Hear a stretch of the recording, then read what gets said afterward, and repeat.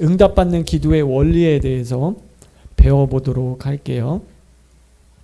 신앙생활에서 여러분들 강의 한 보시면 신앙생활에서 가장 중요한 것 두 가지는 무엇일까요? 디모데전서 4장 5절은 이렇게 말씀하고 있습니다.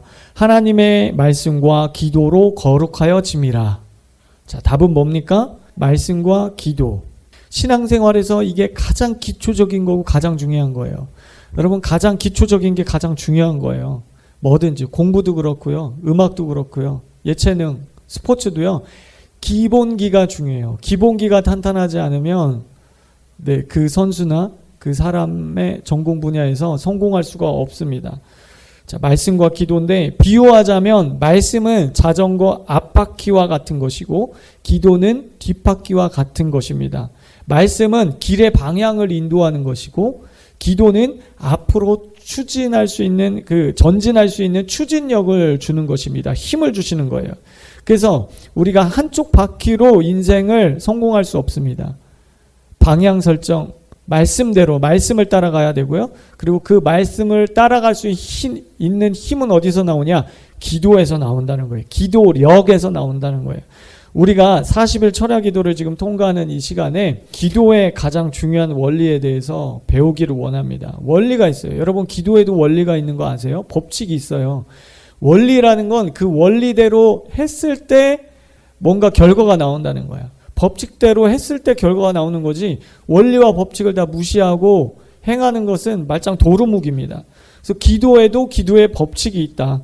성경은 수많은 원리와 법칙들이 성경에 나옵니다. 그런데 응답받는 기도 역시 원리와 법칙이 있어요. 여러분, 기도 왜 합니까? 두 가지 이유 때문에 하죠. 첫 번째는 하나님과 교제하려고. 이게 가장 중요한 거예요. 그죠? 뭐를 하나님 앞에 따내려고 기도하는 게 아니라 교제하기 위해서 기도하는 겁니다. 왜냐하면 기도는 대화이기 때문에. 두 번째, 응답받으려고 기도해요. 나는 기도할 때 응답을 기대하지 않는다. 그러면 기도할 이유가 없는 거죠. 예스든 노든 응답받기 위해서 기도하는 거예요. 근데 그 응답받는 기도에는 원리와 법칙이 있다는 거예요. 하나님은 질서의 하나님이시기 때문에 그래요. 두 번째 답은 질서입니다. 질서. 하나님은 질서의 하나님이십니다. 첫 번째, 하나님은 모든 것을 질서대로 창조하셨습니다. 창세기 1장에 보면 종류대로 5구절이나 종류대로라는 말이 나옵니다. 이 말은 질서의 하나님이라는 것을 우리가 알 수 있습니다. 제가 창조과학도 했잖아요. 이 7일 창조를 보면 참 재밌는 게 뭐냐면 앞에 3일과 뒤에 3일이 닮아 있어요.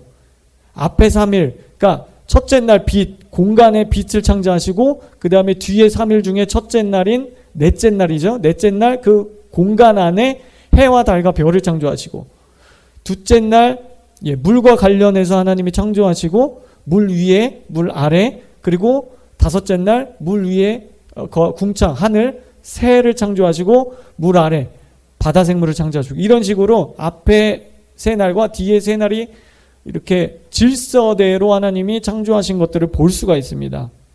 네, 하나님은 천지를 1초 만에 창조하신 것이 아니라 질서에 따라서 6일 동안 창조하셨고 7일째 그 시간을 성별하시면서 시간을 창조하셨습니다. 질서의 하나님이라는 거 우리가 꼭 기억해야 됩니다. 두 번째, 바울은 교회 안의 질서가 중요하다고 말씀합니다. 고린도전서 14장 40절은 모든 것을 품위 있게 하고 질서 있게 하라 이렇게 말씀하고 있어요. 신약시대 하나님의 나라는 어떤 공동체를 통해서 확장됩니까? 교회 공동체를 통해서 확장돼요.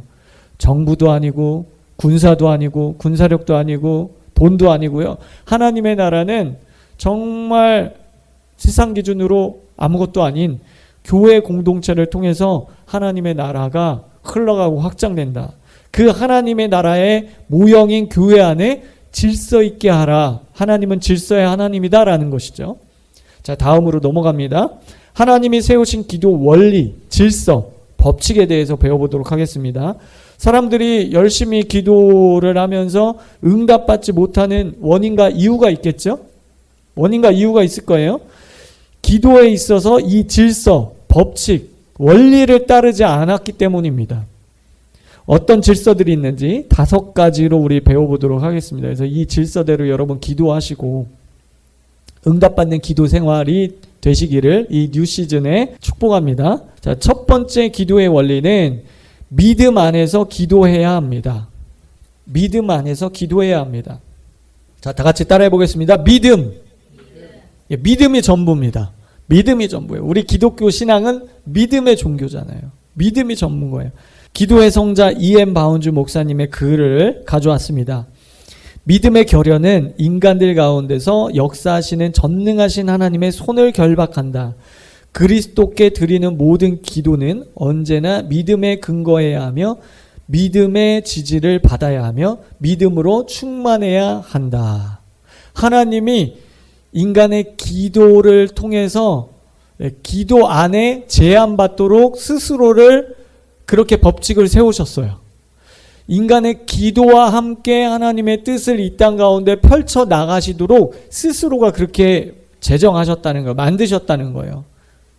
그렇기 때문에 믿음의 결연은 인간들 가운데 역사하시는 믿음의 기도의 결연은 인간들 가운데 역사하시는 전능하신 하나님의 손을 결박하게 되는 거죠. 전능하신 하나님의 능력이 없어서가 아니라 하나님 스스로가 그렇게 하시기로 결정하셨다라는 것입니다. 1. 예수님의 가르침을 볼까요? 마태복음 21장 22절 다 같이 시작. 너희가 기도할 때에 무엇이든지 믿고 구하는 것은 다 받으리라 하시니라. 아멘. 여러분 이 말씀을 외우시기 바랍니다. 선포하시기 바랍니다. 제가 대학생 때 이 말씀을 자취방에다 크게 써놓고요. 이 말씀 부여잡고 100일 동안 기도한 적이 있었어요. 그때 기도해서 응답 받았을까요? 못 받았을까요? 응답 받았었어요. 응답에는 yes, no, wait가 있는데 yes라고 하나님이 어떤 부분에 대해서 응답을 해주셨어요. 너무너무 신기해서 제 주변 사람들도 너무너무 신기해했어요. 그 당시에 제가 다니던 교회 목사님이 너무너무 신기하고 감격스러워서 그거를 목사님들 그 교단에 그 노예 가가지고 간증할 정도로 제 간증을 할 정도로 이 말씀 여러분 꼭 이 말씀을 부여잡으시기 바랍니다. 너희가 기도할 때 무엇이든지 믿고 구하는 것은 다 받으리라. 믿음을 강조하고 계십니다. 두 번째 야고보 사도의 가르침입니다. 야고보서 1장 6절에서 7절 시작. 오직 믿음으로 구하고 조금도 의심하지 말라. 의심하는 자는 마치 바람에 밀려 요동하는 바라 물결 같으니 이런 사람은 무엇이든지 주께 얻기를 생각지도 말래요. 믿음이 없으면 기도하면서 받기를 응답받기를 생각조차 하지 말아라. 너 그거 기도 열심히 하지 백날 해봐라 소용없다 이 얘기예요. 국물도 없다. 그러니까 믿음의 기도가 중요하다. 세 번째 히브리서 기자의 가르침입니다. 믿음이 없이는 하나님을 기쁘시게 하지 못하나니 하나님께 나아가는 자는 반드시 그가 계신 것과 또한 그가 자기를 찾는 자들에게 상 주시는 이심을 믿어야 할지라. 아멘. 이 말씀 유명한 말씀이죠. 믿음이 없이는 하나님의 뜻을 온전히 성취할 수가 없습니다. 여러분 그래서 믿음이 중요합니다.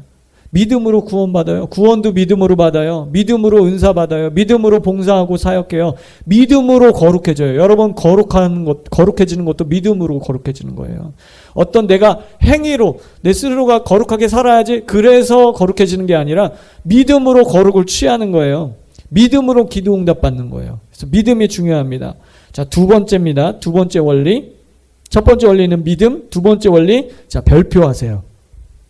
믿음으로 기도해야 된다는 사실은 대부분의 크리스찬들은 잘 알아요. 그게 중요하지만 자, 두 번째 원리 별표.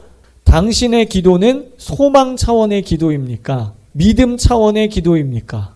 밑줄 쫙쫙 별표 100만 개.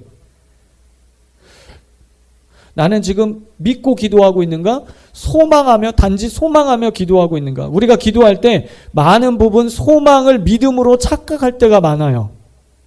아, 그렇게 되기를 바라죠. 아, 그렇게 되면 좋겠어요. 주님, 내가 이렇게 기도하는데 그렇게 됐으면 좋겠어요. 이건 소망입니다. 이건 소망이에요. 믿음은 항상 현재형이에요. 믿음대로 될지어다. 내 믿음대로 될지어다. 항상 미래는 소망은 미래입니다. 믿음은 현재예요. 그래서 치유받지 않아도 현재 아파도 나는 응답 받았습니다. 나는 치유 받았습니다. 이게 믿음이에요. 주님, 이 병 고쳐주세요. 치유해주세요. 이건 소망입니다. 그건 소망이에요. 그러니까 많은 사람들이 소망적인 차원에서 대부분 기도를 해요. 그래서 기도 응답을 받지 못합니다. 돌파가 일어나지 않아요. 소망은, 여러분, 그러면 소망은 나쁜 건가요? 그렇지 않아요. 믿음, 소망, 사랑, 이것이 다 필요해요. 소망은 소망 위치에 있을 때 아름다운 거고, 믿음은 믿음의 위치에 있을 때 아름다운 거예요. 근데 성경은 단 한 번도 기도 응답에 있어서 소망으로 기도해라 말씀하신 적이 단 한 번도 없어요. 믿음으로 기도해라. 말씀 위에 서서 기도해라. 왜냐하면 말씀이 믿음이니까. 그렇게 말씀하십니다. 그런데 대부분의 사람들은 나름대로 열심히 기도합니다. 오래 기도합니다. 새벽 예배, 저녁 기도, 밤 기도, 철야도 하고 금식 기도도 하고 기도 많이 합니다. 그런데 소망적 차원에서 머물러서 기도합니다. 그러면 뭐다? 주께 얻기를 기대하지 마라. 말짱 도루묵이다. 응답받지 못하는 가장 슬픈 일이에요. 여러분, 소망 차원이 아니라 믿음 차원으로 여러분 기도를 끌어올리시기 바랍니다. 아멘. 제가 강의 한 읽어볼게요. 성경은 너희가 어떤 일에 응답받기 위해서 소망하며 기도하라고 말씀하신 구절은 단 한 구절도 없습니다. 하나님이 세우신 응답받는 기도의 원리는 믿음으로 기도해야 한다고 말씀합니다. 소망은 소망의 자리가 있고 믿음은 믿음의 자리가 있음을 기억하십시오. 마가복음 11장 24절은 무엇이라고 말씀하고 있나요? 그러므로 내가 너희에게 말하노니 무엇이든지 기도하고 구하는 것은 받은 줄로 뭐하라? 믿으라. 소망하라? 기대하라? 아니요. 믿으라. 그리하면 너희에게 그대로 되리라. 믿으라는 건 현재형. 눈에 보이지 않아요. 그 일이 이루어지지 않았어요. 아직도 몸이 아파요. 환경은 그대로예요. 그러나 그것이 변화됐다라고 선포하는 것, 그 자리에 선포하는 것, 그리고 감사하는 것, 그게 믿음의 기도입니다. 자, 질문입니다. 이 구절에서 우리의 기도가 응답받기 위해 우리에게 요구되는 것은 무엇이었습니까? 믿음. 오직 믿음. 그렇기 때문에 소망 차원이 아닌 믿음 차원으로 여러분 기도하시기 바랍니다. 자, 세 번째 중요한 원리예요. 하나님의 뜻 또는 말씀 안에서 기도해야 합니다. 뜻 또는 말씀. 왜냐하면 하나님의 뜻은 곧 하나님의 말씀이니까. 그리고 그 말씀은 참된 믿음을 가져옵니다. 하늘의 믿음을 가져오고 하나님의 믿음, 내 믿음이 아니에요. 여러분 믿음도 다 달라요. 그죠? 그거를 사변적인 믿음이라고 해요. 각자 믿음이 다 다르다니까. 어떤 사람은 지적인 믿음, 어떤 사람은 감정적인 믿음, 어떤 사람은 자기 생각 안에 갇혀있는 믿음, 어떤 사람은 성경적인 믿음. 그러니까 내가 믿는다라고 할 때, 내가 믿음으로 구원받는다고 할 때 내가 믿는 그 믿음이 어떤 믿음인지 한 번도 질문해 보지 않았어. 그냥 근데 믿음은 다 다르잖아. 그 믿음으로 구원받는데 구원의 확신만 가지래. 여러분 이거보다 위험한 게 있어요. 자기 믿음은 감정적이거나 지적이거나 종교적이거나 성경적인 믿음이 아닌데 그 믿음 위에 구원의 확신을 가지고 어떻게 되겠어요? 성경책 끼안고 평생 교회 다니면서 지옥 간다니까. 믿음도 이렇게 다 달라요. 그러니까 하나님의 말씀을 믿는 것이 믿음입니다. 요한일서 5장 14절 15절 다 같이 시작. 그를 향하여 우리 가진 바 담대한 것이 이것이니 그의 뜻대로 무엇을 구하면 들으심이라. 우리가 무엇이든지 구하는 바를 들으시는 줄을 안즉 우리가 그에게 구한 그것을 얻은 줄을 또한 아느니라. 자, 질문입니다. 이 구절에서 우리의 기도가 응답받기 위해 우리에게 요구되는 다른 하나는 무엇입니까? 무엇이에요? 그의 뜻대로 구하면, 기도하면 들으심이라. 그의 뜻, 그의 말씀대로 구하면 들으시겠다라고 하는 게. 말씀이 곧 믿음이니까. 예. 말씀이 곧 하나님의 믿음이라는 것이죠. 자, 강의한 제가 읽어볼게요. 그러면 당신의 기도가 주님의 뜻인지 아닌지 어떻게 알 수 있습니까? 하나님의 말씀이 곧 하나님의 뜻입니다. 따라서 당신이 말씀 위에 서서 기도하면 당신의 기도는 100% 응답받을 수 있습니다. 그러므로 당신이 기도 응답에 대한 믿음을 키우기 위해서는 하나님의 뜻, 즉 하나님의 말씀과 일치하도록 당신의 기도를 교정하십시오. 예를 들어서 잃어버린 영혼이 구원받는 것은 주님의 뜻입니까? 아닙니까? 이것은 명백한 주님의 뜻입니다. 왜냐하면 주님은 모든 인류를 위해 죽으셨고 부활하셨기 때문입니다. 디모데전서 2장 4절은 하나님은 모든 사람이 구원을 받으며 진리를 아는 데 이르기를 원하시느니라고 말씀합니다. 그러므로 영혼 구령을 위해 기도하는 것은 100% 하나님의 뜻입니다. 따라서 하나님의 뜻 안에 있으면 구걸하듯이 기도할 필요가 없습니다.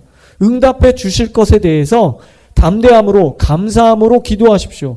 그 영혼을 주님께 계속해서 올려드리고 응답해 주실 것에 감사하면서 기도하면 됩니다. 물론 당사자가 자유의지를 가지고 마음의 문을 여는 것은 그 사람의 몫입니다. 그러나 그 영혼이 구원받는 것이 하나님의 뜻이라는 것을 잊어서는 안 됩니다. 우리가 하나님의 말씀 위에 서서 기도할 때 기도 응답 받을 수 있다. 돌파가 일어난다. 마가 다락방에 120명의 제자들이 주님의 말씀대로 각자의 생각이 아니라 주님의 말씀에 따라서 성령 충만 받을 때까지 예루살렘에 모여서 10일 동안 끈질기게 기도했습니다. 여러분 10일 동안 한 자리에 모여서 집에 가지 않고 그냥 거기 모여서 끈질기게 기도한 거예요. 만약에 그 사람들이 한국 사람이었으면 다 집에 갔어.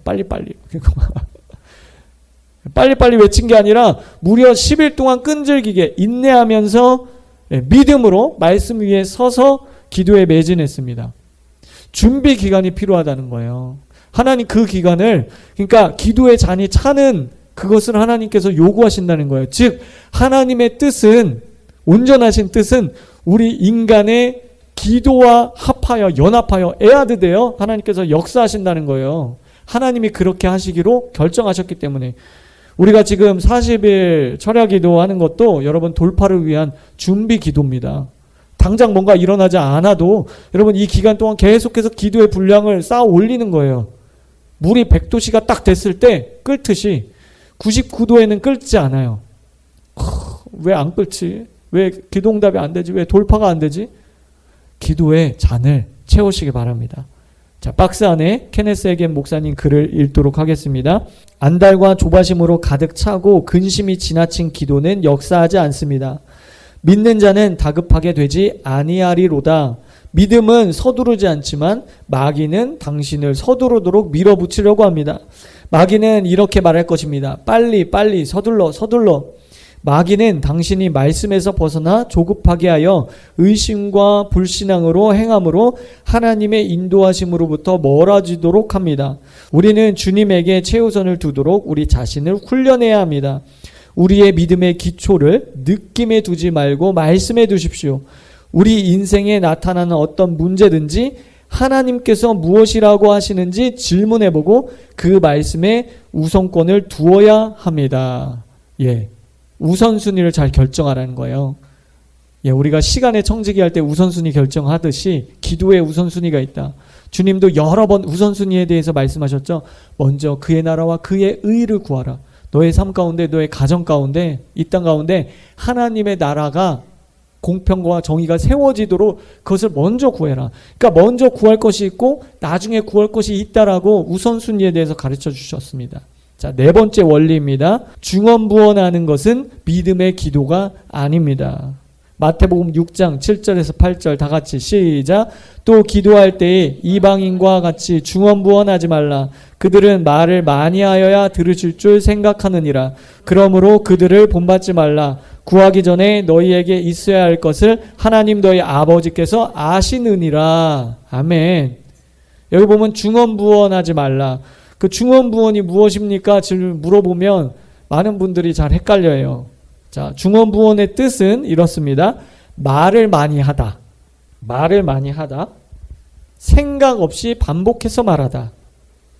말을 많이 하다. 생각 없이 반복해서 말하다. 즉 주문 외우듯이 주십시오, 주님 이렇게 우리가 아침에 일어나서 기지개 펴면서 주님 주여 막 이렇게 하는 거 있잖아. 그러니까 우스갯소리로 말하면 그런 거예요. 그럼 주여 주여 주여 오 마이 갓 뭐 OMG 이런 거 아무 뭐 생각 없이 그냥 하는 거, 이런 게 중언부언이라는 거예요. 우리가 좀 배경적인 걸 살펴보면 당시 우상 숭배자들이 이렇게 기도를 했다는 거예요. 중언부언했다는 거예요. 갈멜산에서 바알 선지자와 대결을 하죠. 그때 갈멜산에 바알 선지자들이 아침부터 저녁까지 기도를 합니다. 그게 중언부언이에요. 중언부언. 그냥 불만 내려주십시오. 중언부언. 그냥 하루 종일 똑같은 말만 반복하는 거. 또 바울이 에베소에 복음을 전하러 갔을 때 거기 아데미 여신이 있었습니다. 제가 예전에 보여드렸죠. 이렇게 막 젖가슴 막 달린 아데미 여신. 그곳을 이제 숭배하는 지역이었는데 그곳 사람들이 바울을 대항해서 2시간 동안, 무려 2시간 동안 아데미는 위대하다, 아데미는 위대하다, 아데미는 위대하다. 그렇게 외친 거예요. 당시 사람들은 같은 말을 반복함으로써 자신들이 믿고 있는 우상에게 능력을 준다고 생각했어요. 중언부언하면 그 자신들의 우상이 힘이 세진다고 생각을 했어요. 주님이 말씀하시잖아요. 중언부언하는 거는 그건 이방인들, 이교도가 하는 기도래. 우상 숭배자들이 하는 기도다. 중언부언하지 말라는 것은 하나님의 뜻과 상관없이 자신의 욕심과 필요만을 채우기 위해 반복적으로 하는 탐심의 기도를 말합니다. 여러분, 불교인들이 부처에 대해서 친밀함을 갖나요? 막 부처를 막 사랑하고 막 나에게 친밀함으로 다가와 주세요. 그런 거 있나요? 여러분, 이슬람이 알라신에게 친밀함 이런 게 있어요? 어디 감히 나한테 아빠라고 그래. 나를 섬겨야지. 어디 나한테 신랑이라고 그래. 너희는 나한테 복종해야지. 그죠? 세상 모든 신은 복종을 요구해요. 그리고 세상 모든 우상은 친밀함 이런 거 없어요, 여러분. 뭐 대화하고 교제하고 이런 거 없단 말이에요. 하나님은 우리에게 신랑이 되어주시고 아빠 아버지가 되어주시고 너희를 뵙시바 나의 기쁨이라 말씀하시고 너는 나의 자녀다 말씀하시고 얼굴과 얼굴을 보기 원하시는 거예요. 단지 그냥 응답 주고 응답 받고 이게 아니라 친밀함을 요구하시는 거예요. 그 응답을 통해서도 하나님은 내가 너에게 이렇게 친밀함으로 가까이 있는 하나님이다라는 것을 말씀해 주시기 위한 것입니다. 계속해서 읽어볼게요. 탐심은 우상숭배니라의 말씀대로 중언부언하는 기도는 곧 우상숭배적 기도와 똑같은 것입니다.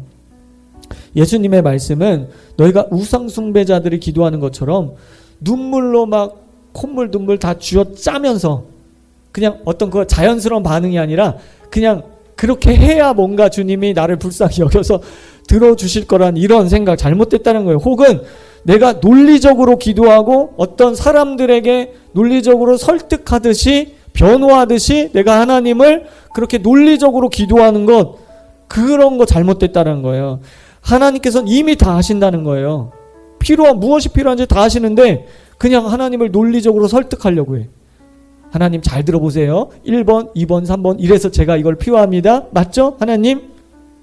이건 잘못됐다는 거죠.